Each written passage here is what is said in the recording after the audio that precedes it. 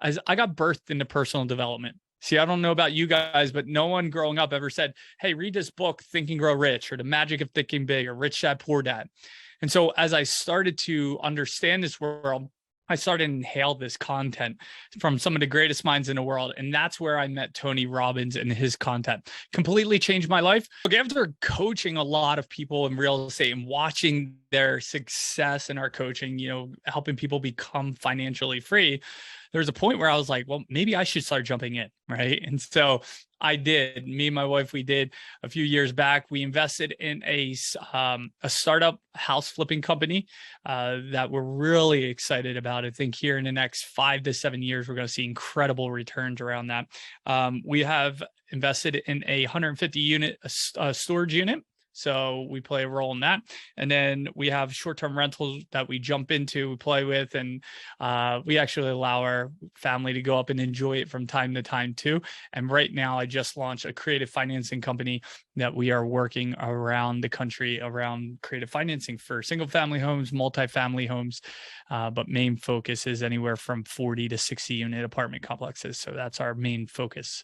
Words create worlds. And the whole reason that we like to get together as a group is because when somebody shares their experience, their journey, their insight, a little trick, a little nugget of truth that helps them live the good life, an optimal life, it might spark an idea right in one of y'all today. And when you share that idea, by you sharing that idea, it sparks another idea in somebody else's mind. And so that's the whole thing behind group genius and group thought. How many of you have ever felt like you were just stuck or trapped in a pattern of life or a situation you just couldn't ever get out of? Maybe one person. Okay, a couple of honest hands. How many of you have ever been in a position where you knew you wanted more, you just felt stuck, you didn't know which way to go, and so you just kind of closed your eyes and pointed and went that way? What you focus on, you experience.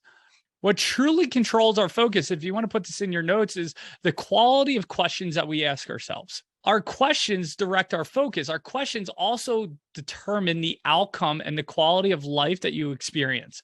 So what are the quality questions you need to start asking yourself to start shifting your focus to get to where you want to go at an accelerated rate? Please write this down in your notes. If you're not 100% clear, you're 100% unclear. The only limitation, please put this in your notes, the only limitation for you hitting your goals is the 6 inches in between your ears. This right here is what holds you back.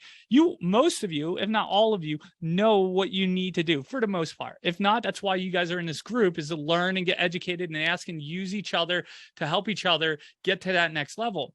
The biggest challenge for most entrepreneurs and most real estate investors is they're afraid to leverage other people. It's one of the biggest challenges that I face when working with people all the time is you have to leverage. If you don't leverage, you're never going to be able to scale if you want to have big business.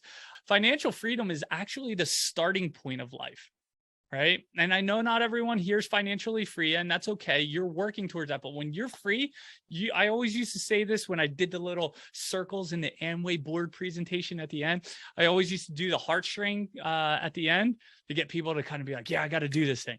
But it was like, at some point, someone's going to need one of two things from you. They're going to need your time or your money.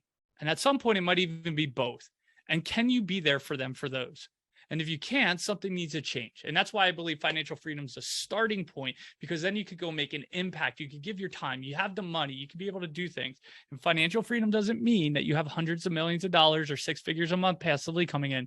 If your bills are $2,000 a month and you have $2,100 a month coming in passively, you are financially free. Celebrate and take that 40 hours and go put it into your business, right? So sometimes our ask of other people is to help us clarify our ask. So I used to put people on a pedestal. Anyone ever do that? Put someone else on a pedestal. You look up to them and they're like a god. And like, no, there's only one God, and you're not them, and they're not them.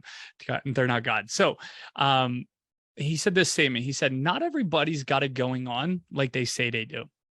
And I remember that. And as I started coaching and I got to see behind the curtains of people's lives, I started to see how true that was. It takes a different level of thinking. It takes a consistency of breaking down barriers, because our brain is wired for fear and protection and survival, right? Our identity is the recurring story that we tell ourselves. And most people's identity is rooted in their past. So when we get clear on who it is that we want to become, we rewrite the identity statement from that perspective. And then we review it and rewrite it and affirm it on a daily basis. And that brings our future into the present. I don't believe there's a right or wrong. I believe that where you are and the questions that you ask is a great starting point. And that might shift in a week, that might shift in a month or a year.